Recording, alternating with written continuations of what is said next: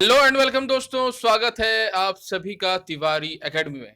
दोस्तों, आज के इस वीडियो में हम लोग जान लेंगे क्लास 7 के साइंस का 16th चैप्टर जल एक बहुमूल्य संसाधन के बारे में, और साथ ही जान लेंगे इस चैप्टर से जुड़े प्रश्न और उत्तर के बारे में। तो फ्रेंड्स, चलिए आज का ये वीडियो हम स्टार्ट करते हैं।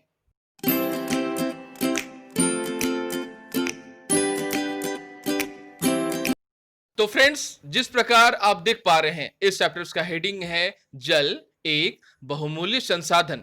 तो फ्रेंड्स, चलिए सबसे पहले हम जान लेते हैं कि आखिर इस चैप्टर में हमें कौन सी बातें बताई गई हैं। तो फ्रेंड्स, इस चैप्टर में आपको जल से संबंधित बातों को बताया गया है। जल वो हमें कैसे प्राप्त होता है, जल की प्राप्ति किन किन जगहों पर से हो सकती है, भूमिगत जल क्या होते हैं, ठीक है ना। इसके अलावा जल का स्तर क्या होता है, वर्षा से हमें जल की प्राप्ति किस प्रकार से होती है, किस प्रकार से जल की जो कमी है आज हम फेस कर रहे हैं। जल की कमी ना केवल ग्रामीण स्तर वाले लोग फेस कर रहे हैं, बल्कि शहर स्तर वाले लोग भी फेस कर रहे हैं, उनका सामना कर रहे हैं। वो किस प्रकार से हो रहा है उनके बारे में है। साथ में वनों की कटाई के बारे में भी कुछ बातें आपको बताई गई हैं, ठीक है ना। और जल को संचय करने की जो विधि है उसके बारे में भी आपको कुछ बातें बताया गया है। सिंचाई से संबंधित कुछ बातों को बताया गया है कि आखिर कम से कम पानी में किस प्रकार से आप सिंचाई के काम को संपन्न कर पाएंगे, ठीक है ना फ्रेंड्स। तो फ्रेंड्स, चलिए सबसे पहले इस चैप्टर्स के हेडिंग्स में बताए गए जल के बारे में हम जान लेते हैं कि आखिर जल हम किसे कह पाएंगे। जल एक पारदर्शी पदार्थ होता है, यह एक बिल्कुल रंगहीन गंधहीन पदार्थ है जो पृथ्वी के लगभग 71% में यह पूरी तरह से बिखरा है। यानी एक बात आप कह सकते हैं, जल की उपस्थिति के कारण ही आज जो हमारा यह पृथ्वी है, आज हमारा जो अर्थ है, वो स्पेस से हम इसे नीला देख पा रहे हैं। ध्यान देना है आपको, ठीक है ना। और जल की प्राप्ति हमें नदियों, पोखरों, तालाबों, झीलों, महासागरों से हम जल की प्राप्ति करते हैं। इसके बाद हम लोग जान लेंगे कि बहुमूल्य वर्ड का आखिर क्या मतलब होता है, बहुमूल्य शब्द का आखिर क्या मतलब है। फ्रेंड्स, बहुमूल्य शब्द का अर्थ मतलब होता है बेशकीमती, ठीक है ना। ऐसा मूल्य जिसको हम नहीं पे कर सकते हैं, ठीक है ना, काफी ज्यादा महंगा होता है। जल इसी प्रकार का एक बहुमूल्य जो है संसाधन है। वन एक बहुमूल्य संसाधन है। हमारे आसपास के जितने भी सारे पेड़ पौधे, जीव जंतु हैं, वो सभी बहुमूल्य संसाधन हैं। इसके अलावा कोयला, पेट्रोलियम, डीजल, ये सभी बहुमूल्य संसाधन हैं जो प्रकृति में पाए जाते हैं। वन हो या कोयला, जल हो या फिर पेट्रोल, इन्हें हम क्या अपने घरों में निर्माण कर सकते हैं? क्या इन्हें लैब में तैयार किया जा सकता है? तो इसका उत्तर होगा फ्रेंड्स, नहीं।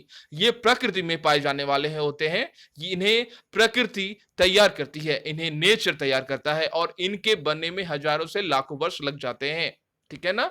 ध्यान देना है। तो फ्रेंड्स, साथ में आपको यह बात भी जान लेनी है कि बहुमूल्य कहने का तात्पर्य होता है बिल्कुल ऐसे पदार्थ जिनका उपयोग हमें सोच समझकर करना चाहिए, जिनके पास जिनका वैल्यू काफी ज्यादा होता है, ठीक है ना। अब है आपको जान लेना कि आखिर संसाधन शब्द का आखिर क्या मतलब है। तो फ्रेंड्स, संसाधन मतलब ऐसे पदार्थ जो पृथ्वी पर पाए जाते हैं, ठीक है ना, और जो हमेशा उपस्थित रहते हैं मनुष्य के जितने भी सारे फुलफिल्स हैं उनको पूरा करने के लिए। ध्यान देना है, संसाधन से मनुष्य जो है अपनी इच्छाओं की पूर्ति करता है। अब है आपको जान लेना, इस चैप्टर्स में जो बातें हैं वो जल के बारे में है, ठीक है ना। जल जो कि एक बहुमूल्य, ठीक है ना, जिसका जो मूल्य है काफी ज्यादा है, हैविंग बहुत ही ग्रेट वैल्यू है, और जो एक संसाधन के रूप में पाए जाते हैं, जो कि प्रकृति में पाए जाते हैं, ठीक है ना। जैसा मैंने कहा, मनुष्य की जरूरतों को पूरा करता है संसाधन, इसीलिए आप जानते हैं जल किस प्रकार से हमारी जरूरतों को पूरा करता है। अब हमें जान लेना है, जल है तो कल है। आप देख पा रहे हैं, यदि जल उपलब्ध है तो आपका भविष्य सुरक्षित है। क्या हम जल के बिना हम जीवित रह पाएंगे फ्रेंड्स? तो इसका उत्तर होगा नहीं। जल की जरूरत सभी प्रकार के जितने भी सारे लिविंग ऑर्गेनिजम्स हैं उन सभी को जल की जरूरत पड़ती है। जितने भी सारे सजीव हैं उनको जल की जरूरत होती है। हमारा जो यह अर्थ है ना वो 71%, ठीक है ना, से जल से घिरा हुआ है। यह बात भी आपको जान लेनी है।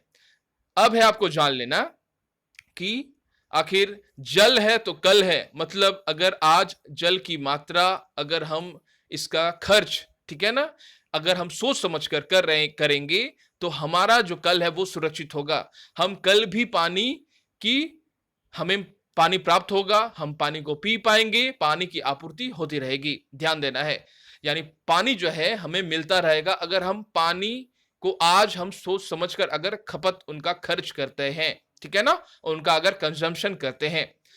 बात है आपको जान लेना, यदि जल उपलब्ध है तो भविष्य सुरक्षित है। कहने का तात्पर्य यह हुआ यदि जल हमारे पास रहा तो फ्यूचर में भी हमें जल की प्राप्ति होगी, ठीक है ना। आने वाले जो भी जनरेशन हैं उन्हें भी जल की प्राप्ति होगी, नहीं तो आने वाला जनरेशन जल के लिए तरस जाएगा। अब आपको जल जान लेना है, जल की खपत को बचाने के लिए पूरे विश्व भर से, ठीक है ना, पूरे विश्व में एक दिन, वह है 22 मार्च का दिन। 22 मार्च का दिन जल विश्व जल दिवस के रूप में मनाया जाता है।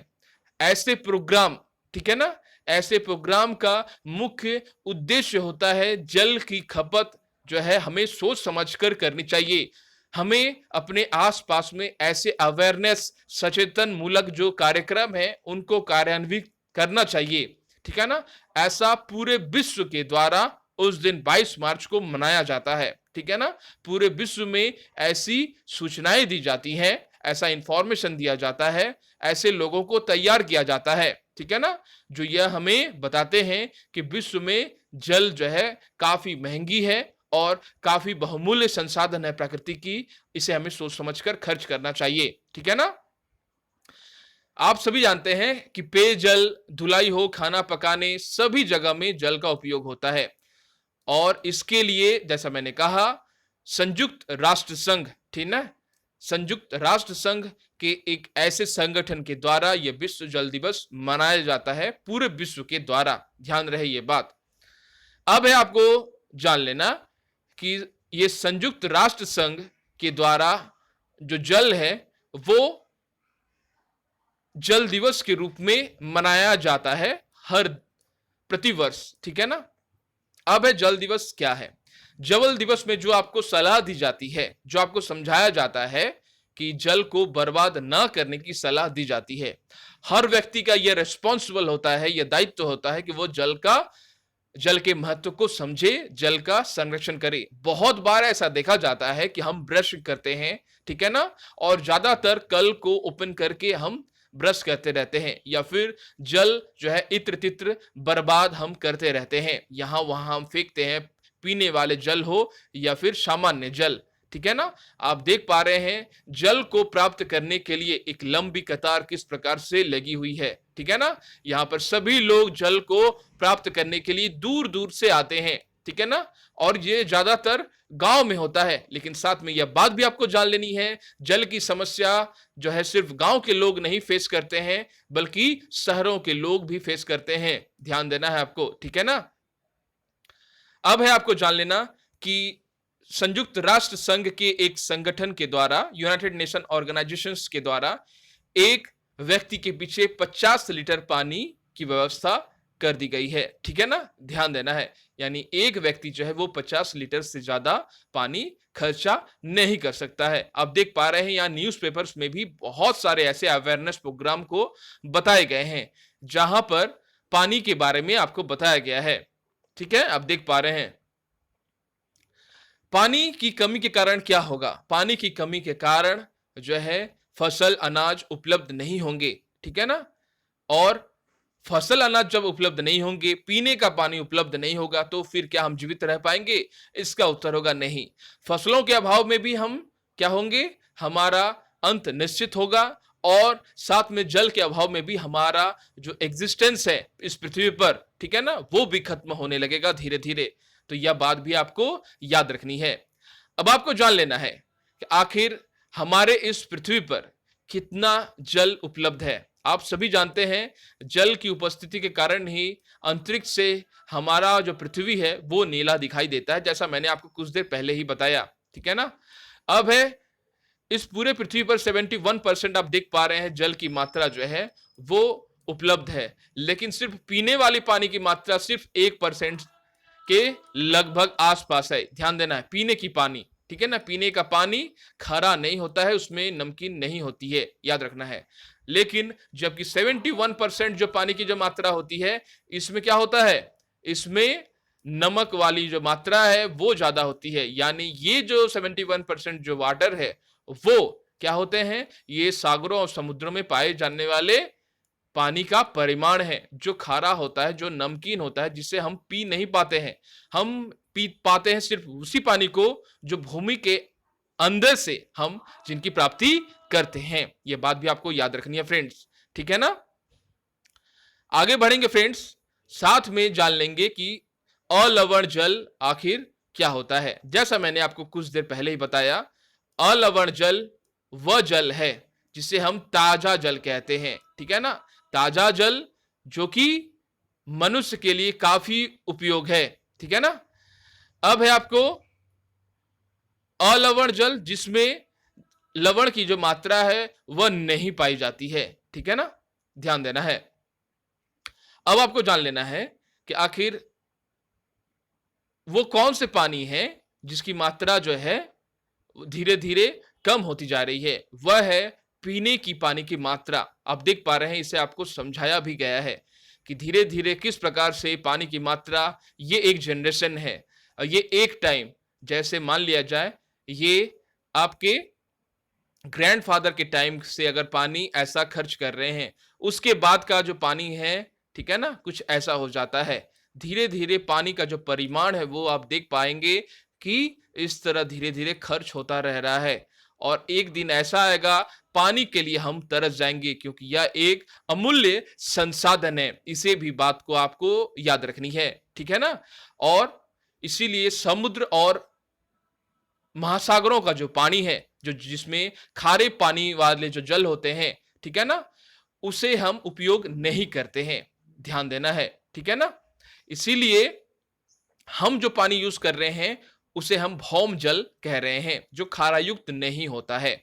यह बात भी आप लोग जान लेंगे जल की अवस्था के बारे में। तो फ्रेंड्स, जैसा आप सभी जानते हैं, जल जो होते हैं हमारे पृथ्वी पर ठोस, द्रव्य और गैसीय अवस्था में पाए जाते हैं।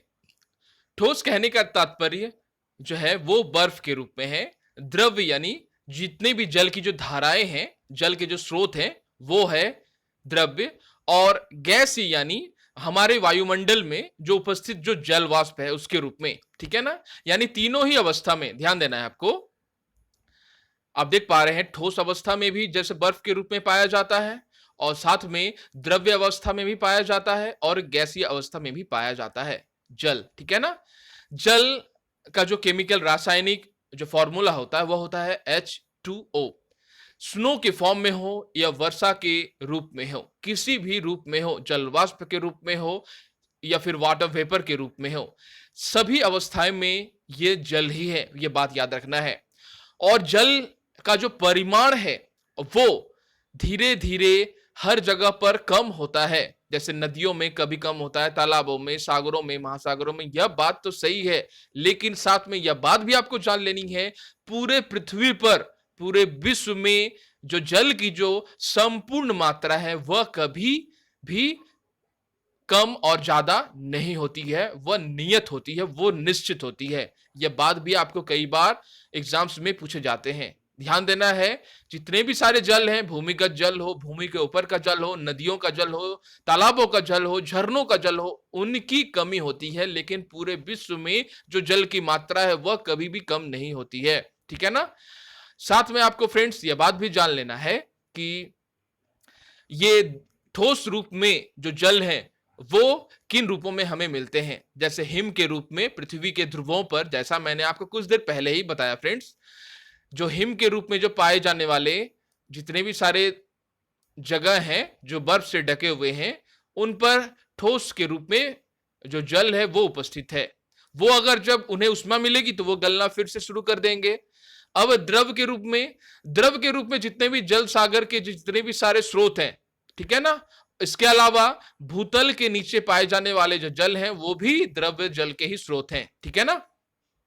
गैसीय अवस्था में पाया जाने वाला जल है हमारे वायुमंडल में उपस्थित होता है जल वाष्प के रूप में, ठीक है ना। ध्यान दें, कुछ बातें जान लेनी है जल चक्र के बारे में। जल चक्र आखिर क्या होता है? तो फ्रेंड्स, जल चक्र प्रकृति में होने वाला एक ऐसा प्रोसेस है, एक ऐसी प्रक्रिया है जिसमें हमारे इस पूरे पृथ्वी पर जल का जो परिमाण है वह निश्चित बना रहता है। जल चक्र के बारे में आपने लास्ट के चैप्टर्स में भी पढ़े हैं। जल चक्र के लिए आपको आवश्यकता होती है जल के स्रोतों की, जहां पर सूर्य की किरणें पड़ती है और जल जो है वो गर्म होकर जल वाष्प के रूप में ऊपर उठता है, और ऊपर जाने के बाद जो जल वाष्प होती है वो संघनन होती रहती है, वो संघनित होती रहती है। इससे क्या होता है, संघनित होने से वो बूंदों के रूप में बड़ी बड़ी वो एक साथ मिलती रहती है, और जब उनका परिमाण बढ़ जाता है, उनका आकार बढ़ जाता है, ठीक है ना, उनका भार बढ़ जाता है, तो फिर वह अब ऊपर उस सस्पेंडेड अवस्था में वह नहीं रह सकती है, वो हवा में झूलकर नहीं रह सकती है। अब वह गिर पड़ती है पृथ्वी की तरफ, जिसे हम वर्षा कह रहे हैं, ठीक है ना। ध्यान से समझना है। और यह संघनन का काम जब ऐसे क्षेत्रों में होता है, जब बर्फ वाले क्षेत्रों में होता है, तो हमें स्नो मिलती है, ओला पड़ते हैं, हिमवर्षा होती है। ध्यान देना है आपको उन बातों को, ठीक है ना। जैसा मैंने आपको कुछ देर पहले बताया कि जो जल है हमें ठोस के रूप में, हमें द्रव्य के रूप में और गैस के रूप में भी मौजूद होते हैं हमारे इस वातावरण में, हमारे पृथ्वी पर, ठीक है ना। तो आप सभी जानते हैं कि वाष्पोत्सर्जन की प्रक्रिया जो है जल चक्र में कितना अहम भूमिका अदा करती है, ठीक है ना। वाष्पोत्सर्जन की प्रक्रिया के फलस्वरूप किसी भी जल स्तर पर पड़ने वाली सूर्य की जो किरणें होती हैं वो जल को गर्म करती हैं, और उससे वाष्प जो है वो तैयार होती है। वो जल वाष्प हवा से हल्की होती है, ऊपर उठती रहती है और धीरे धीरे संघनित होती रहती है, ठीक है ना। ध्यान देना है। अब आपको संघनन का क्या मतलब है? संघनन कहने का मतलब, जब भी हल्की हवाएं जलवाष्प को लेकर ऊपर उठती हैं तो वह धीरे धीरे उनके बीच जो कण हैं वो एक दूसरे के साथ चिपकने लगते हैं, वो कण बड़े होने लगते हैं, वो ठंडा होने लगती है धीरे धीरे, जिसे हम संघनन की प्रक्रिया कह रहे हैं। देख पा रहे हैं आप पिक्चर्स में, इस पिक्चर्स में भी आपको पूरी प्रक्रिया को समझाया गया है, ठीक है ना। अब देख पा रहे हैं जल चक्र काफी इंपॉर्टेंट एक प्रक्रिया है, जैसा मैंने कहा, ठीक है ना। इसके बाद संघनन के बाद की जो प्रोसेस है वह होता है क्या? वह होता है वर्षा के रूप में। ध्यान देना है आपको। और वर्षा के रूप में हमें जो जल है वो आसमान से, बादलों से प्राप्ति होती है। हमारा जो यह पृथ्वी है, वर्षा का जल ही एकमात्र मुख्य स्रोत है जल को प्राप्त करने के लिए। यह सवाल भी आपको कई बार पूछा जाता है कि वर्षा का जो जल है, हमारे इस पूरे पृथ्वी पर जल का एकमात्र स्रोत है, वह है बादलों से पाए जाने वाला, हमें आसमान से मिलने वाला वर्षा का जल।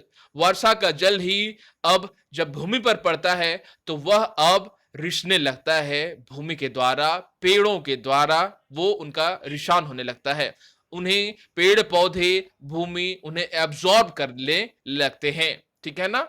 और फिर यह बात भी जान लेनी है आपको कि पेड़ पौधे इस जल का उपयोग क्यों करते हैं? क्योंकि उन्हें खाना बनाना होता है, उन्हें प्रकाश संश्लेषण की प्रक्रिया करनी होती है।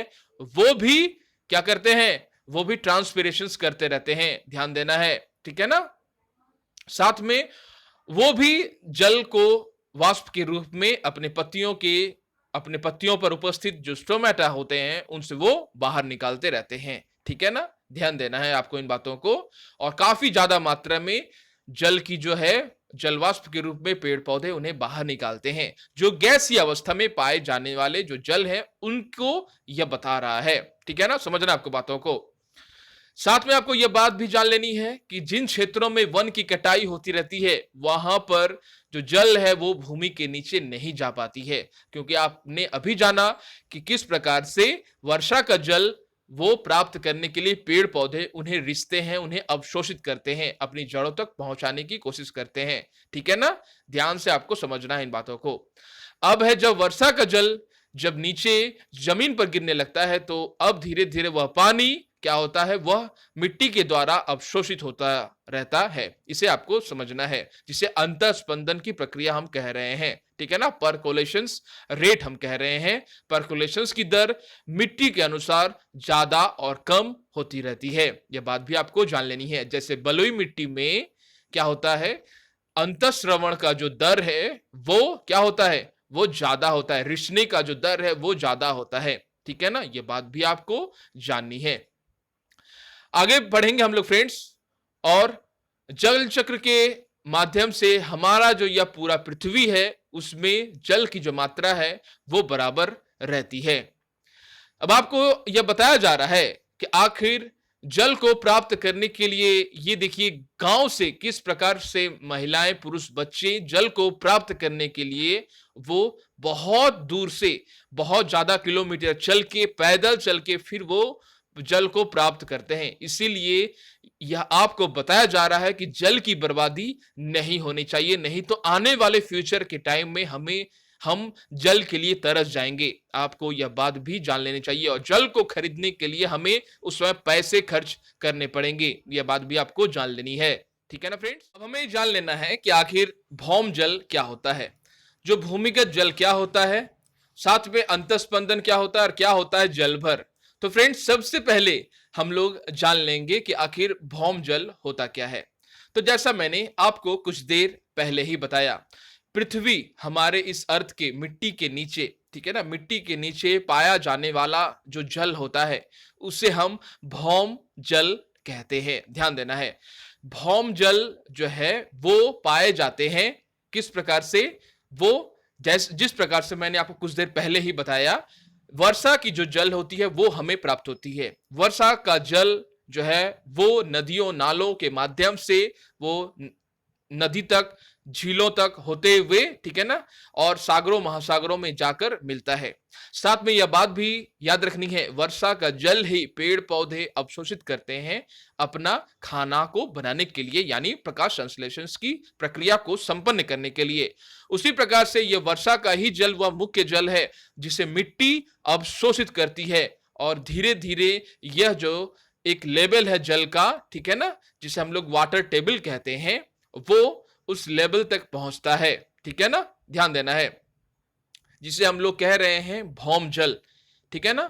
भौम जल में ही एक स्तर ऐसा आता है, भौम जल का स्तर, जिसमें से भूमिगत जल को हम प्राप्त करते हैं, और इसी भूमिगत जल को हम पीते हैं। याद रखना है, क्योंकि हम नदी, नाले, तालाबों या फिर महासागरों का जल जो है वो हम नहीं पीते हैं, ठीक है ना। ध्यान रखना है, हम जो पानी पीते हैं वह भूमिगत जल होती है, भौम जल होता है।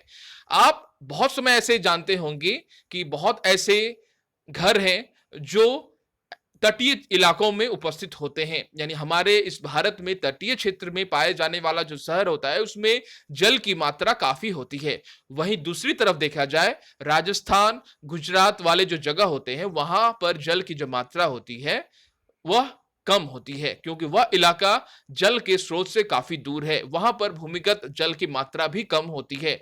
मिट्टी को बहुत दूर तक खोदने के बाद, ठीक है ना, डिग करने के बाद, बहुत सारे दूर, बहुत मीटर लंबी खुदाई करने के बाद भूमिगत जल की प्राप्ति होती है, ठीक है ना। ऐसे इलाके जहां पर जल, यहां पर वर्षा कम होती है, जहां पर जो तटीय इलाकों से काफी दूर है, ऐसे इलाकों की हम बात कर रहे हैं। जैसे राजस्थान, पंजाब, ऐसे इलाकों में जो जल की मात्रा है वो काफी कम है, क्योंकि वहां पर वर्षा की जो मात्रा भी काफी कम है। साथ में उसके परिप्रेक्ष्य में आपको यह बात भी जान लेनी है कि हिमालय हमारे इस अर्थ में पाया जाने वाला एक ऐसा जगह है, हमारे भारत में पाया जाने वाला एक ऐसा जगह है, वह है मेघालय। मेघालय का मौसिनराम एक ऐसा जगह है जहां पर वर्षा की दर जो होती है वो काफी ज्यादा होती है, काफी वर्षा होती है उस जगह में, ठीक है ना, वर्ष भर में। तो विश्व का यह सबसे अधिक वर्षा वाला क्षेत्र यह जाना जाता है हिमालय का मौसिनराम, ठीक है ना। यहां पर जैसे ही मिट्टी को आप कुछ दूरी पर ही खोदेंगे, डिग करेंगे, तो वर्षा जो है ना, भौम जल का स्तर आपको देखने को मिलेगा, लेकिन यह उसकी तुलना में कई ज्यादा है, ठीक है ना। भौम जल का स्तर काफी नजदीक है। किस जगह पर? ऐसे जगह जो तटीय क्षेत्र में होते हैं या फिर हमारा ऐसा जगह जो काफी वर्षा वाला क्षेत्र होता है, जहां पर वर्षा काफी ज्यादा होती है। यह बात भी आपको याद रखनी है। यानी वर्षा का जल भूमिगत जल के स्तर को क्या करता है, उस पर उसको प्रभावित करता है। यह बात भी आपको समझनी है, ठीक है ना। अब आपको फ्रेंड्स जान लेना है कि आखिर किस प्रकार से हम बात करेंगे आखिर अंतःस्पंदन की। अंतःस्पंदन वो कौन सी प्रक्रिया है? तो फ्रेंड्स, आप सभी जानते हैं अंतःस्पंदन का मतलब होता है, ठीक है ना, जल का अवशोषण। ध्यान देना है। आप सभी जानते हैं वर्षा जल और अन्य स्रोतों जैसे नदियों और तालाबों का जल मृदा में रिस कर भूमि के नीचे गहराई में रिक्त स्थान अथवा दरारों को भर देता है। भूमि में जल का रिसाव अंतःस्पंदन कहलाता है। ध्यान देना है आपको इन बातों को, ठीक है ना फ्रेंड्स। तो अंतःस्पंदन का जो दर होती है वो हर मिट्टी में अलग अलग होती है। जैसा मैंने आपको कुछ देर पहले ही बताया, अंतःस्पंदन जो होती है वो हर मिट्टी में अलग होती है। बलुई मिट्टी में अंतःस्पंदन की दर होती है वो काफी तेज होती है। वहीं चिकनी मिट्टी में अंतःस्पंदन की जो दर होती है वो काफी कम होती है। चिकनी जो मिट्टी होती है, ठीक है ना, वो पानी को पकड़ रखने की उसके पास काफी क्षमता होती है। वहीं बलुई मिट्टी के पास ऐसी क्षमता नहीं होती है। इसके बारे में मैंने लास्ट के चैप्टर्स में भी आपको बताए हैं, ठीक है ना।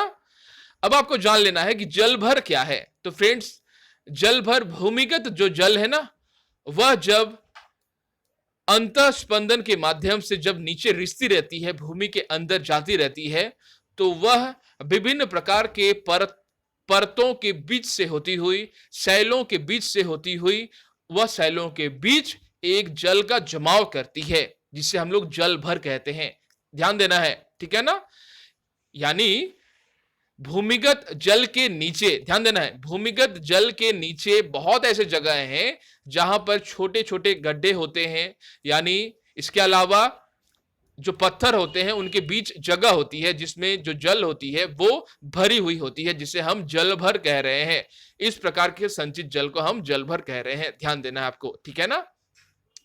भूमिगत जल को ही हम हैंडपंप के माध्यम से या फिर बोरिंग के माध्यम से हम बाहर निकालते हैं, ठीक है ना। जिस प्रकार से आप देख पा रहे हैं, भौम जल और भौम जल का जो स्तर है वो कुछ कुछ इस प्रकार से आपको बताया जाता है, ठीक है ना। आप पिक्चर्स में भी देख पा रहे हैं। और इस प्रकार के सवाल भी आपको कई बार पूछे जाते हैं कि किस प्रकार से हमें भौम जल की प्राप्ति होती है। आप देख पा रहे हैं वर्षा का जल, जैसे मैंने बताया, ठीक है ना, वाटर साइकिल, ठीक है ना, किस प्रकार से होता है। ये मेघों से, हमें बादलों से हमें वर्षा प्राप्त होती है जो मुख्य स्रोत है, और फिर से वह पुनः पूर्ति होती है मिट्टी के अंदर। अंतःस्रवण होता है, मिट्टी क्या करती है, जल का अवशोषण करती है, और कुछ जो जल हो रहे हैं वो क्या हो रहे हैं, मिट्टी के ऊपर से बहते हुए वे चले जा रहे हैं नदी तालाबों झरनों को, वो भरने लगते हैं। आप देख पा रहे हैं यहाँ पिक्चर्स में। और कुछ जल क्या हो रहे हैं, पुनः पूर्ति के बाद क्या होता है, उनका अंतःस्पंदन होता है, ठीक है ना। और अंतःस्पंदन होने के बाद जल धीरे धीरे रिस रिस कर भौम जल तक पहुंचती है, ठीक है ना। याद रखना है, यह एक स्तर होता है जहां पर भूमिगत जल की प्रचुरता होती है। ध्यान देना है, ठीक है ना। काफी प्रचुर परिमाण में भूमिगत जल जो है हमारे इस पृथ्वी पर जितने भी तालाब झरने हैं उनकी मात्रा से अधिक जो है भूमिगत जल होते हैं। ध्यान देना है। अब है आपको जान लेना कि हैंडपंप जो होता है वो हैंडपंप की सहायता से भूमिगत जल को हम निर्गत करते हैं, हम उन्हें बाहर निकालते हैं हैंडपंप की सहायता से। आप देख पा रहे हैं पिक्चर्स में, ठीक है ना। और ये नदी झील है, नदी झील में वर्षा का जल जो है वो भरता रहता है। जल भर वो जगह है, जैसा मैंने आपको कुछ देर पहले बताया, जल भर वो जगह है जहां पर जल जो है किसी भी छिद्र में, जैसे शैलों के बीच में, पत्थरों के बीच में जो भी छोटे गड्ढे होते हैं भूमिगत, भूमि के नीचे, वहां पर जल जो संचित होती है उसे हम जल भर कहते हैं। यह भी पीने का ही पानी होता है, ध्यान रखना है। और भौम जल आप देख पा रहे हैं पृथ्वी के नीचे से यह बह रही है। भूमिगत जल जो है उसके नीचे वाला जितना भी सारा जल होता है, भौम जल के नीचे जो भी स्तर होता है, ठीक है ना, वह पानी की परतों का ही। भौम जल का अवक्षय भी संभव है। किस प्रकार से संभव है, चलिए समझते हैं। भूमि में रिस कर जो जल नीचे पहुंचते हैं उसे हम भौम जल कह रहे हैं। ऐसे जगह जहां पर वर्षा कम हो रही है तो भौम जल का स्तर भी नीचे जाएगा। इसके अलावा सबसे पहला जो पॉइंट है वह है जनसंख्या का प्रचार। जनसंख्या का जब प्रचार होता है ना फ्रेंड्स, जब जनसंख्या बढ़ती है तो फिर भौम जल है वह कमता रहता है, क्योंकि जनसंख्या के बढ़ने से उनकी जो डिमांड होती है, पूर्ति होती है, वो काफी ज्यादा होने लगती है। ठीक है ना, वो ज्यादा जल खोजते हैं, ज्यादा फसलों का डिमांड होता है, ज्यादा फसल के लिए हमें ज्यादा जल की जरूरत होती है, कपड़ा खींचने के लिए हो या फिर पीने के पानी हो, हर रूप में जल की आवश्यकता ज्यादा होने लगती है जब जनसंख्या बढ़ती है तब। तो जनसंख्या बढ़ने से भौम जल का जो स्तर है वो नीचे गिरता रहता है। या फिर एक ऐसा जगह जहां पर वर्षा जो है वो कम होती रहती है, जो भौम जल के स्तर को नीचा कर देती है। इसके अलावा जब हम वन का कटाई करते हैं, वन को उन्मूलन करते हैं, तो फिर क्या होता है, वन के उन्मूलन से वर्षा का जो जल है वो भूमि के नीचे तक नहीं पहुंच पाता। इस प्रकार से भी भौम के जल के जो स्तर हैं वो धीरे धीरे कम होते रहते हैं, वो प्रभावित होते रहते हैं। आप सभी जानते हैं कि किस प्रकार से अंतःस्रवण की जो दर होती है वो मिट्टी के अनुसार वह बदलती रहती है। ध्यान देना है आपको, ठीक है ना। साथ में आपको जान लेना है कि विभिन्न प्रकार के जो बढ़ते हुए उद्योग हैं, ठीक है ना, वो भी भौम जल को कम कर रहे हैं, उनको कम करने के लिए अपना योगदान दे रहे हैं। जितने प्रकार के उद्योग हैं, क्योंकि उद्योग में भी जल का उपयोग होता है, ठीक है ना, याद रखना है आपको। और जितनी भी जनसंख्या बढ़ेगी, ठीक है ना, उनकी आपूर्ति के लिए उद्योग का भी क्या होगा, संरचना होगी, उद्योग का भी निर्माण होगा, जो ज्यादा से ज्यादा रूप में जल का उपयोग करेंगे।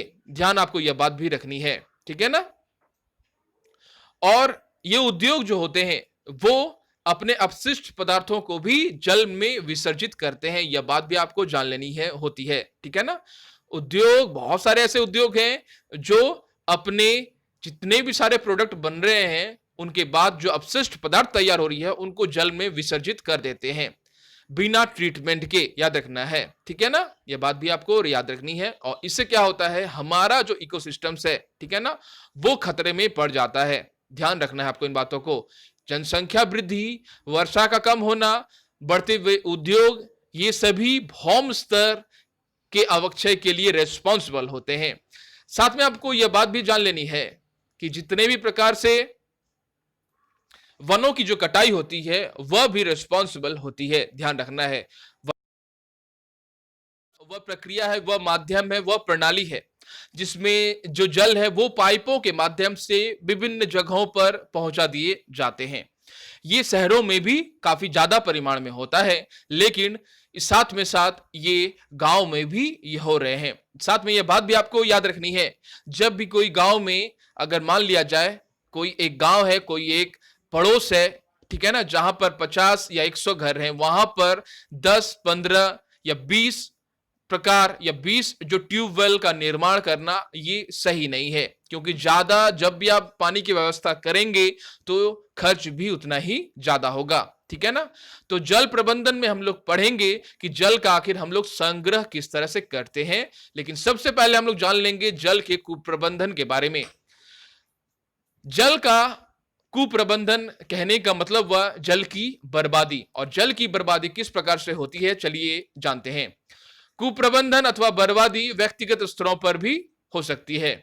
हम सभी जानबूझकर अथवा अनजाने में दांतों में मंजन करने, दाढ़ी बनाने, नहाने और अन्य कई प्रकार के क्रियाकलापों के दौरान जल की बर्बादी करते हैं। त्रुटिपूर्ण टोंटियों से जल रिसाव उसकी बर्बादी का एक अन्य स्रोत है। बहुत समय से देखा गया है कि जब दांत मंजन के अलावा दाढ़ी बनाने, नहाने में ज्यादा से ज्यादा जल की बर्बादी होती रहती है। इसके अलावा बहुत ऐसे जगह हैं जहां पर अंदर से, भूमि के अंदर से पानी बाहर निकल रहे हैं पाइप के माध्यम से, लेकिन वहां पर किसी भी प्रकार का टोटी जो है वो नहीं लगाया गया है, वो पानी ऐसे ही बह रहा है, ठीक है ना। बहुत सारे ऐसे जगह पर देखे गए हैं। इसके अलावा उपयोग के दौरान जल की बर्बादी से ऐसा प्रतीत होता है कि भविष्य में हमें जल की आवश्यकता नहीं होगी, जैसे भविष्य में हमें जल की आवश्यकता नहीं होगी, ध्यान देना है। लेकिन ऐसा बात नहीं है फ्रेंड्स, भविष्य में भी हमें हमें बर्बादी से बचना चाहिए। अगर हम अभी से जल को सही सोच समझ कर अगर हम इसका खपत करें, ठीक है ना, तो आने वाले जनरेशन को कभी भी कठिनाइयों का सामना नहीं करना पड़ेगा, यानी जल संकट का सामना नहीं करना पड़ेगा। याद रखना है आपको इन बातों को, क्योंकि आपने इस चैप्टर्स में भी जाना कि वर्षा का जल, ठीक है ना, ये पूरा जो जल है जो हमारा पृथ्वी घिरा हुआ है, ये जल एक बहुमूल्य प्राकृतिक संसाधन है। इसकी बर्बादी यानी हमारा अस्तित्व ही खतरे में पड़ जाएगा फ्यूचर्स में। अब हमें जान लेना कि वर्षा का जल हम किस प्रकार से संग्रह कर पाएंगे। तो फ्रेंड्स, आप सभी जानते हैं वर्षा जल का उपयोग भौम जल स्तर की पुनः पूर्ति करने के लिए किया जाता है, ठीक है ना। वर्षा का जल का उपयोग भौम जल स्तर की पुनः पूर्ति करने के लिए किया जाता है। इसे हम लोग जल संग्रहण अथवा वर्षा जल का संग्रहण करते हैं, ठीक है ना। क्या कहते हैं? जल संग्रहण या फिर वर्षा जल का संग्रहण। इसका मूल लक्ष्य होता है जल को बचा कर रखना, जल की बर्बादी ना करना, वर्षा के जल को भी बचा कर रखना, उनकी बर्बादी ना होने देना, ठीक है ना। आप सभी जानते हैं जो खेतों में जो फसलें बोई जाती हैं, उनकी जो सिंचाई होती है, सिर्फ वर्षा का ही जल नहीं होता है। इसके अलावा भी कुएं के जल, नहरों के जल, ट्यूबवेल के जल, बहुत ऐसे जल के स्रोत हैं जिनसे सिंचाई की जाती है। यह बात भी आपको याद रखनी है, ठीक है ना। अब है आपको जान लेना कि आखिर बावड़ी क्या होता है। बावड़ी फ्रेंड्स, यह एक राजस्थानी शब्द है। बावड़ी में होता क्या है, एक जल को चारों तरफ से घेर दिया जाता है, ठीक है ना। जल की प्राप्ति के लिए सीढ़ी नुमा स्ट्रक्चर बनाकर उसे चारों तरफ से घेर दिया जाता है, ठीक है ना, और उनका रख रखाव किया जाता है। बावड़ी में जल को संचित रखा जाता है, ठीक है ना, जहां पर उस जल के माध्यम से कपड़ा धोने, नहाने, इसके अलावा विभिन्न प्रकार के कार्यों का संपादन होता रहता है। ध्यान रखना है, जब भी जलाशय में जल की कमी होती है, वर्षा का जल नहीं हो पाता है। यह राजस्थान वाला जो शब्द है बावड़ी, जैसा मैंने कहा, राजस्थान में वर्षा का जो जल होती है उसकी काफी कमी होती है। ध्यान देना है आपको बातों को, ठीक है ना। इसलिए ऐसे क्षेत्रों में ही बावड़ी जैसे स्ट्रक्चर्स को बनाकर, ठीक है ना, ऐसी संरचना को बनाकर लोग जो है अपनी पानी की आपूर्ति करते रहते हैं। ध्यान देना है। अब है आपको जान लेना कि बावड़ी जो है अब भी पुनः फिर से बनाना जो है वो स्टार्ट हो गया है, शुरू हो गया है हर जगह पर, ठीक है ना।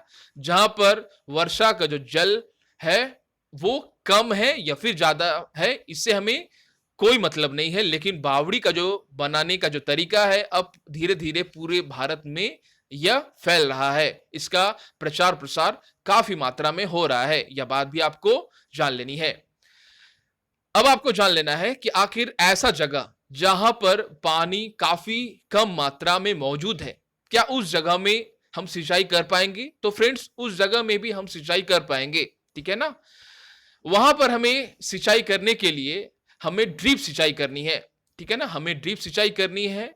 ड्रिप सिंचाई में इसके अलावा स्प्रिंकलर एक प्रणाली है। वहां पर ऐसे सिस्टम्स में होता क्या है, पानी का बहुत ही कम मात्रा जो है वो प्रयोग किया जाता है, ठीक है ना। पानी के कम मात्रा के प्रयोग होने के कारण पानी की जो खपत है वो नहीं होती है। ध्यान देना है आपको इन बातों को, ठीक है ना। और पानी कम से कम खर्च करके हम सिंचाई कर सकते हैं। हम कुछ बातें जान लेंगे सिंचाई से संबंधित, ठीक है ना। जैसे आपने जानना कि आखिर ड्रिप सिंचाई के बारे में। ड्रिप सिंचाई वह माध्यम है जहां पर बूंद बूंद जो है पानी की व्यवस्था की जाती है पौधों के जड़ों में, ठीक है ना। पौधों के जड़ों में बूंद बूंद पानी की व्यवस्था की जाती है ताकि यत्र तत्र यहां तहां जो पानी है वो बर्बाद ना हो, बिल्कुल पौधों की जड़ों में उसकी व्यवस्था की जाए। उसे हम कहते हैं ड्रिप सिंचाई प्रणाली।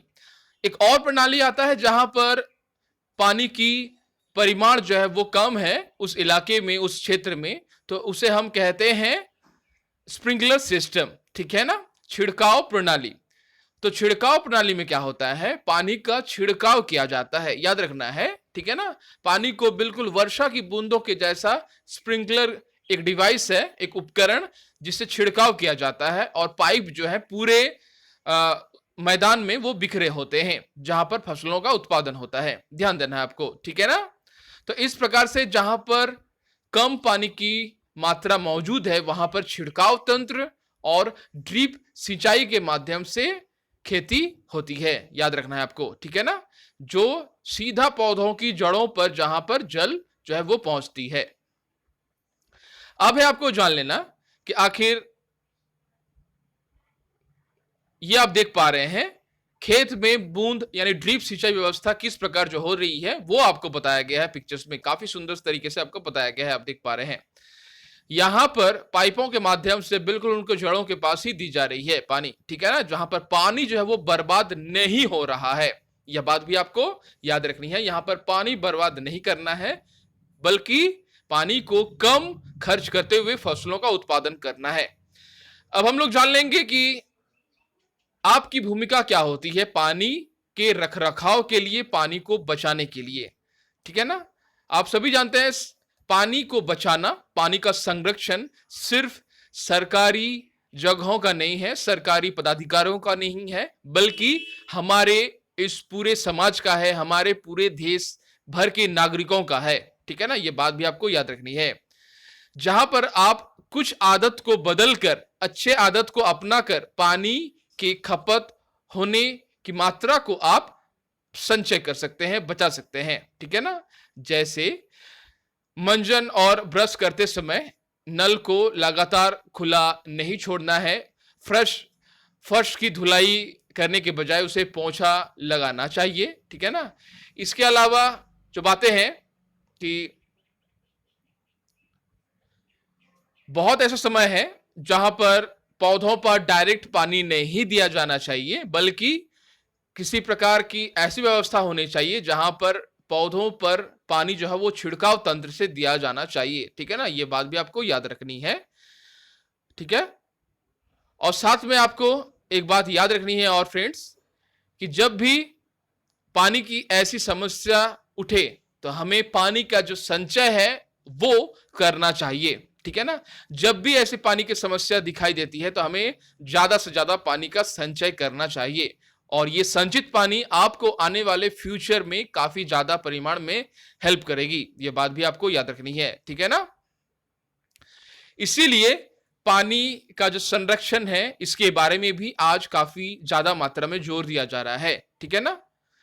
तो फ्रेंड्स, अब हम लोग जान लेंगे कि आखिर इस चैप्टर से जुड़े प्रश्न और उत्तर के बारे में। लिए अब हम लोग जान लेते हैं कि आखिर प्रश्न नंबर 1 में हमसे क्या पूछे गए हैं। जैसा आप सभी देख पा रहे हैं, प्रश्न नंबर 1, निम्नलिखित वक्तव्य सत्य है अथवा असत्य है, ये आपको बताने हैं। आपको कुछ कथन दिए जा रहे हैं, ठीक है ना फ्रेंड्स। वो कथन आखिर सही है या फिर गलत है वो आपको बताने हैं, ठीक है ना। सोच समझकर आपको बताना है। सबसे पहले आपको करना क्या, कथन को पढ़ना है और फिर इस लेसन के अकॉर्डिंग बताना है कि आखिर ये कथन सही है या फिर गलत है। जैसे सबसे पहला नंबर क में पूछा गया है कि भौम जल विश्व भर की नदियां और झीलों में पाए जाने वाले जल से कहीं अधिक है। जो भौम जल है, जो भूमि के अंदर पाए जाने वाला जो जल है, क्या वो विश्व भर की जितनी भी सारी नदियां हैं उससे ज्यादा है, या फिर विश्व में पाए जाने वाले जितने सारे झील हैं उनकी जो मात्राएं हैं उनसे क्या ये भौम जल कहीं ज्यादा है?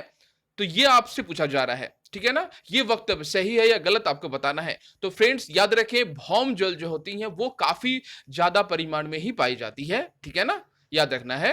तो भौम जल विश्व भर की नदियों और झीलों में पाए जाने वाले जल से कहीं अधिक है, ध्यान देना है, ठीक है ना।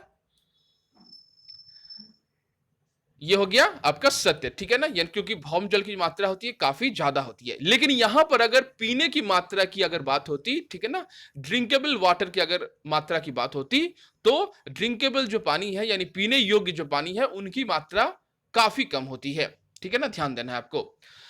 नंबर ख में आगे बढ़ेंगे और जान लेंगे कि नंबर ख में आखिर हमसे क्या पूछा गया है। जल की कमी की समस्या का सामना केवल ग्रामीण क्षेत्रों के निवासी करते हैं क्या? जो जल की जो समस्या होती है उत्पन्न, ठीक है ना, हमारे दैनंदिन जीवन में, तो क्या ग्राम वाले, सिर्फ गांव में रहने वाले लोग ही क्या जल की कमी की समस्या जो है उनका सामना करते हैं, क्या ऐसा बात है?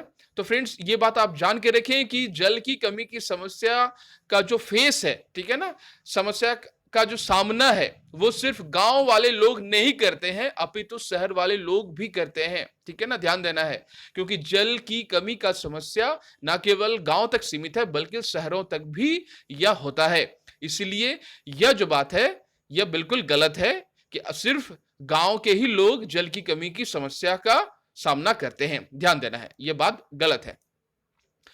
आगे बढ़ेंगे, नंबर गौ में देख लेंगे, नदियों का जल खेतों में सिंचाई का एकमात्र स्रोत है। ध्यान देना है, नदियों का जल, क्या नदियों के ही जल से खेतों में सिंचाई क्या सिर्फ की जाती है?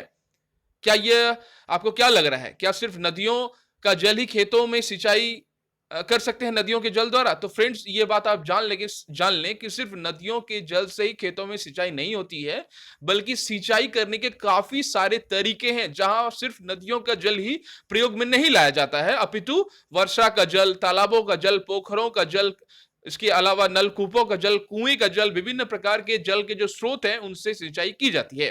ध्यान देना है।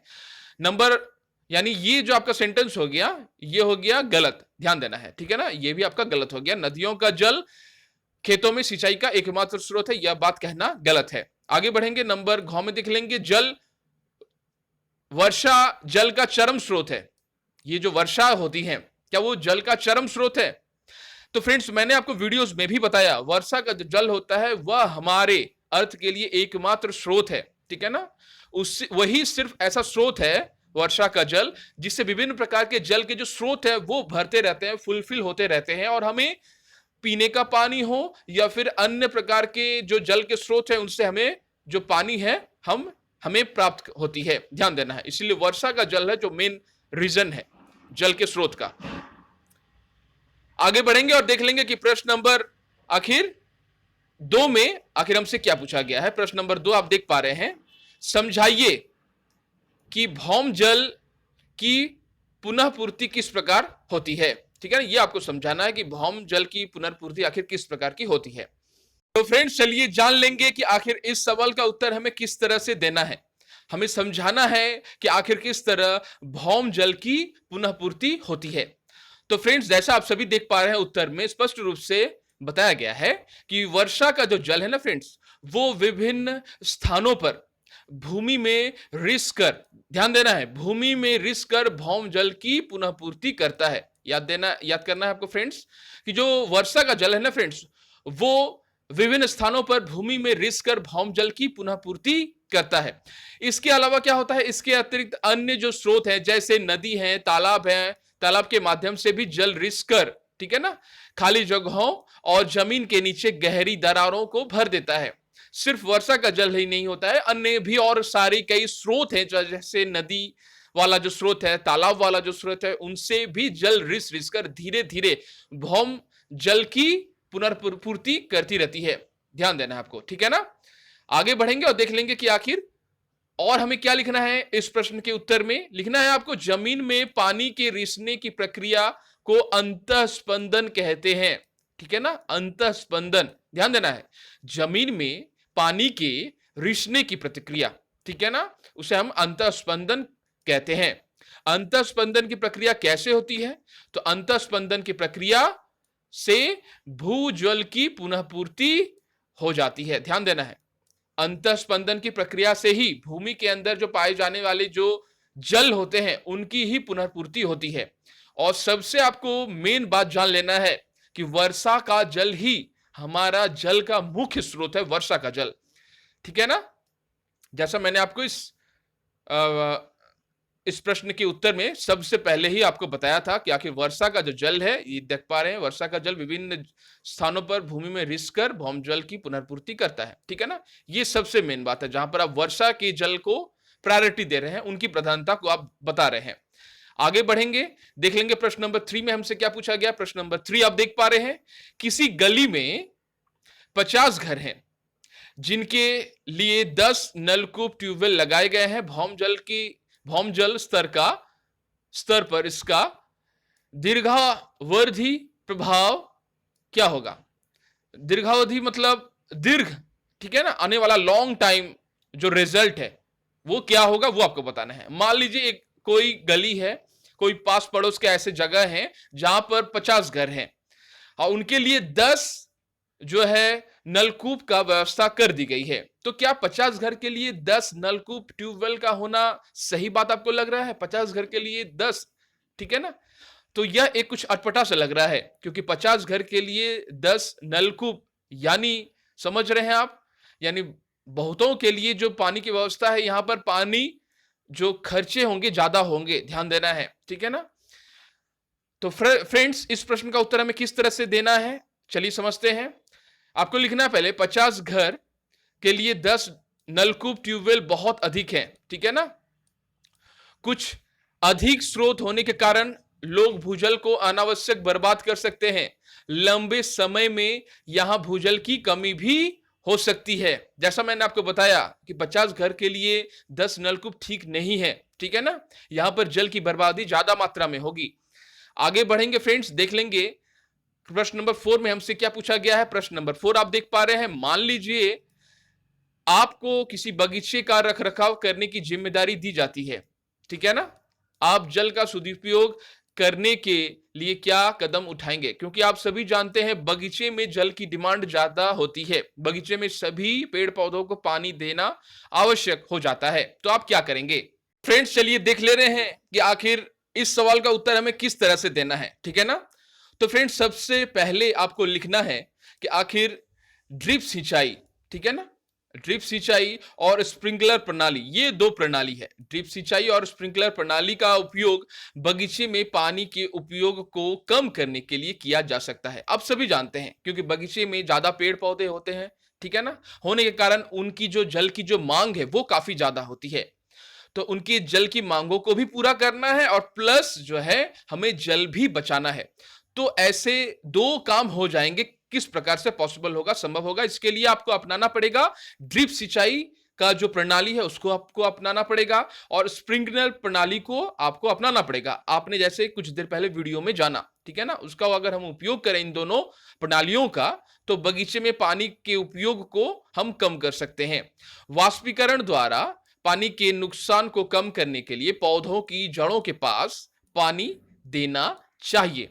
अगर वाष्पीकरण द्वारा भी आप सभी जानते हैं जो प्लांट्स होते हैं ना फ्रेंड्स, वो काफी ज्यादा मात्रा में वाष्प के माध्यम से, ठीक है ना, पानी को वाष्पीकृत कर देते हैं, एनवायरमेंट में छोड़ देते हैं, निर्गत करते हैं, और काफी ज्यादा मात्रा में यह होता है।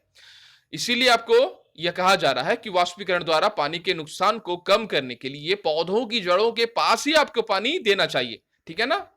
आगे आपको लिखना है कि वर्षा जल संग्रहण द्वारा जल को संग्रहित करके बाद में प्रयोग किया जा सकता है। तो जल को संग्रह करना आपने जाना वीडियोस में कि आखिर क्यों आवश्यक है। जल को अगर हम संग्रह करते हैं तो यह बाद में बहुत सारा ऐसा तरीका है जहां पर इस जल का प्रयोग कर सकते हैं, ठीक है ना? आगे जान लेंगे कि आखिर प्रश्न नंबर 5 में हमसे क्या पूछे गए हैं। आप देख पा रहे हैं प्रश्न नंबर 5, भौम जल स्तर के नीचे गिरने के लिए उत्तरदायी कारकों को समझाइए। जो भौम का जो जल है, ठीक है ना, भूमिगत जो जल है, उनका जल धीरे धीरे नीचे गिर जा रहा है, यानी नीचे की तरफ चला जा रहा है। ये अगर मान लेते हैं भौम जल, ये पृथ्वी है, भौम जल का ये अगर मान लेते हैं ये रेखा है और भौम जल धीरे यहां पर पाई जा रहे हैं, तो उसकी मात्रा नीचे धीरे धीरे सिरक जा रही है। अब धीरे धीरे ये वाली जो मात्रा है ये खत्म हो जा रही है, यहां तक है। अब ये नहीं है, ये वाला पोर्शन नहीं है, अब यहां तक पानी आ गया है। अब फिर कुछ दिन बाद ये भी नहीं रहेगा, यहां तक आ जाएगा, यानी पानी की जो मात्रा है वो धीरे धीरे कम होती जा रही है, ठीक है ना? तो आपको बताना है कि वो कारक क्या है जिससे भौम जल स्तर के नीचे गिरने की जो कारक हैं, ठीक है ना, नीचे क्यों गिर जा रहा है उसको आपको बताना है, ठीक है ना?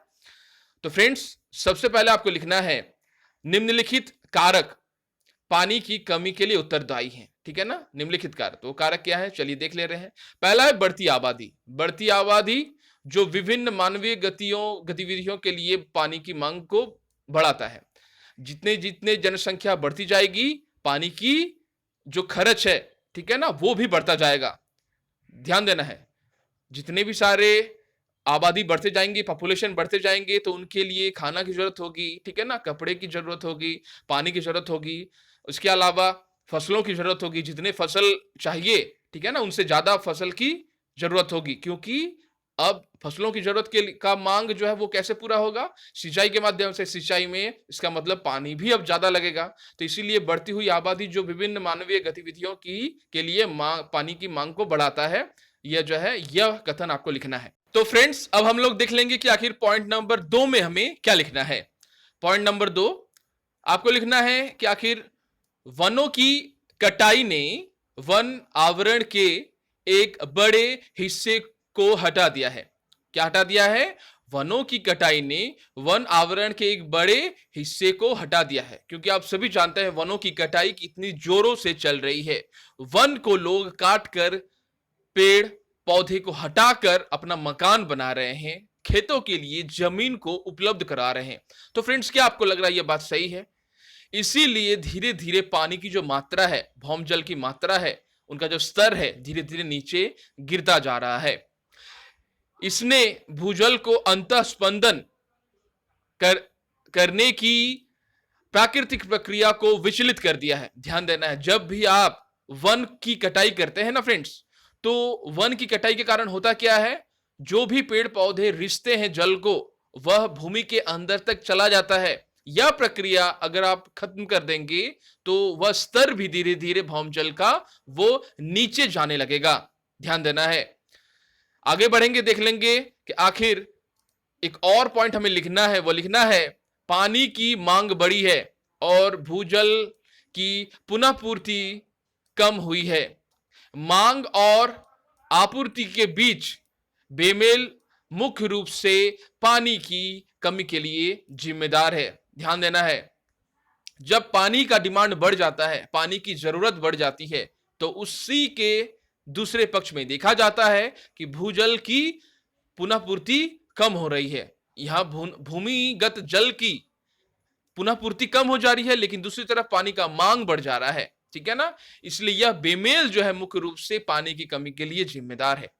फ्रेंड्स, आगे बढ़ेंगे, देख लेंगे कि आखिर प्रश्न नंबर 6 में हमसे क्या पूछे गए हैं। आप देख पा रहे हैं प्रश्न नंबर 6, रिक्त स्थानों को उचित शब्द भरकर पूर्ति कीजिए। ठीक है ना, रिक्त स्थान आपको दिए गए हैं, सेंटेंस आपको बताए जा रहे हैं, वहां आपको बताना है कि आखिर इस सेंटेंस में जो बीच में जो रिक्त स्थान छोड़े गए हैं उसमें आखिर सही शब्द क्या होगा।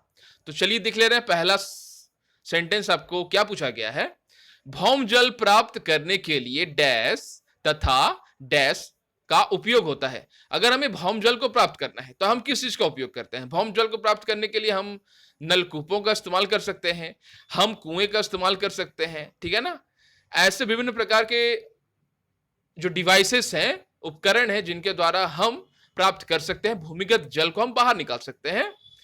नंबर ख है कि आखिर जल की 3 अवस्थाएं डैश डैश और डैश हैं। तो फ्रेंड्स, आपने जाना कि जल की आखिर 3 वो अवस्थाएं कौन है। तो फ्रेंड्स, जल की वो 3 अवस्थाएं हैं, ठोस, द्रव्य और गैस। इन तीनों अवस्था में ही जल जो है अच्छी तरह से रह पाता है। नंबर गौ, भूमि की जल धारण करने वाली परत डैश कहलाती है।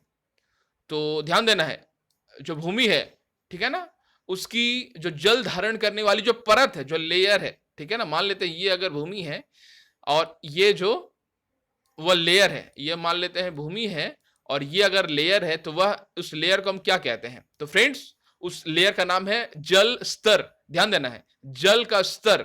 जल का स्तर जो है वहीं से जल की प्राप्ति जो होती है वो शुरू हो जाती है। ध्यान देना है।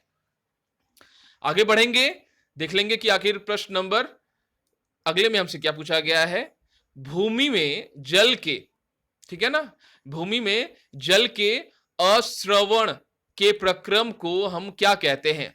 भूमि में जब जल का जब अवस्रवण हो रहा है, ठीक है ना, तो उसको हम क्या कह रहे हैं? ध्यान देना है, इस प्रक्रिया को हम कहते हैं अंतःस्पंदन। ठीक है ना, अंतःस्पंदन कह रहे हैं, ध्यान देना फ्रेंड्स।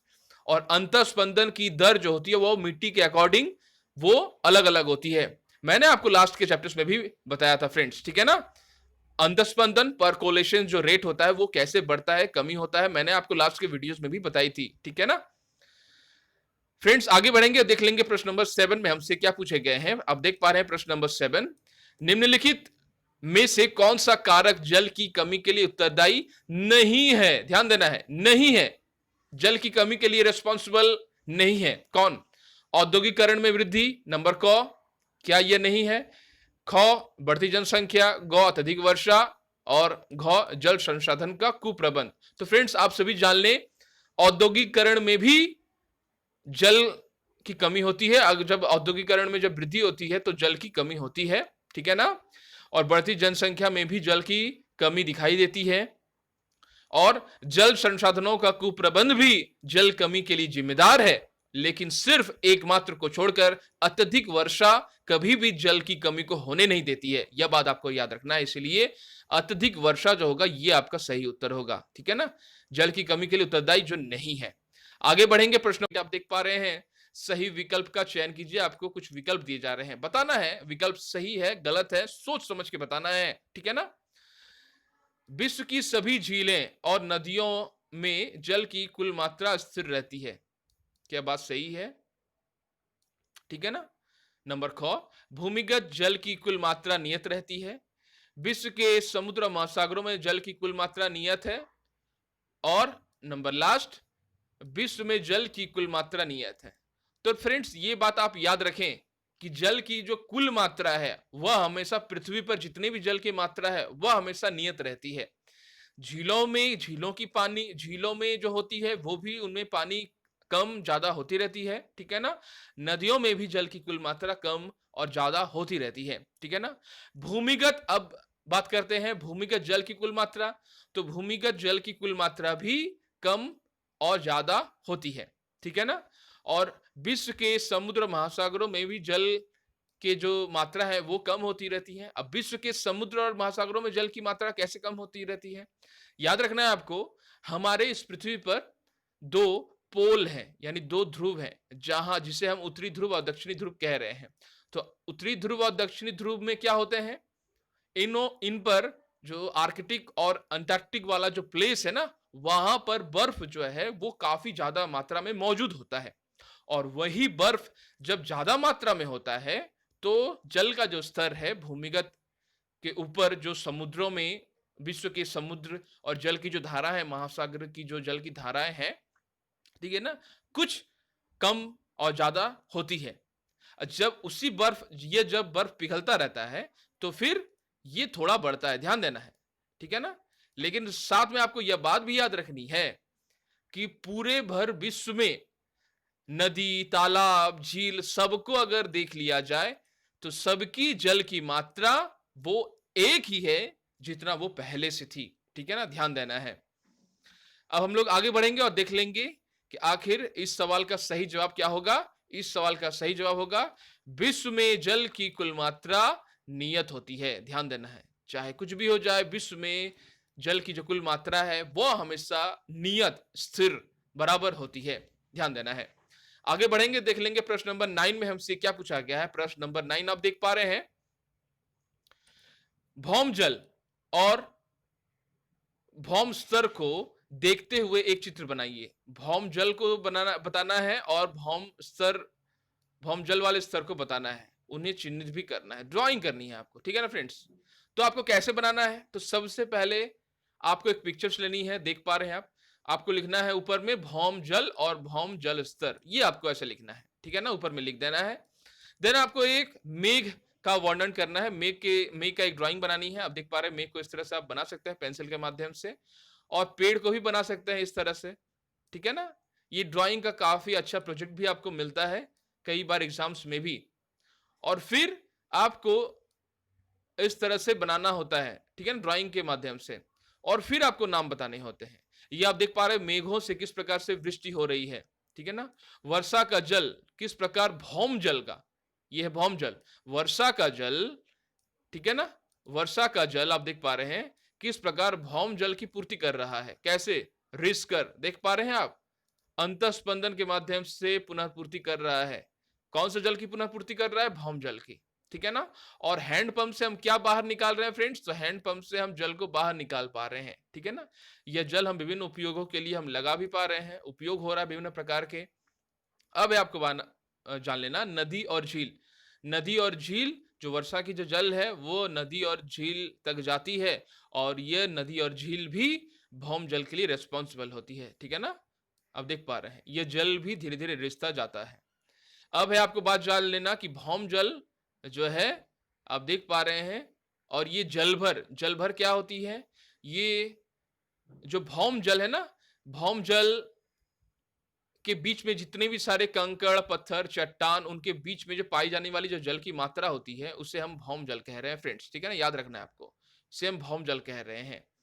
और भूमिगत जल जो है वो धीरे धीरे क्या होती है, अंतः स्पंदन के माध्यम से, वह पुनः पूर्ति के माध्यम से नीचे चली जाती है, और इसका उपयोग हम कर पा रहे हैं अपने दैनंदिन जीवन में, ध्यान रखना है, ठीक है ना, भूमिगत जल, याद रखना है आपको इन बातों को। तो इस प्रकार से आपको पूरा ये जो पिक्चर है बना देना है, आप देख पा रहे हैं, लेकिन ये नाम आपको जो है ये नहीं भूलना है, ये आपको जरूर बताने हैं, और सबके साथ हैंडपंप कौन सा पार्ट है, पुनः पूर्ति नदी वाला झील कौन सा वाला पार्ट है, वो आपको बताने हैं, ठीक है ना। तो फ्रेंड्स, यह था आज का वीडियो, मिलते हैं हम लोग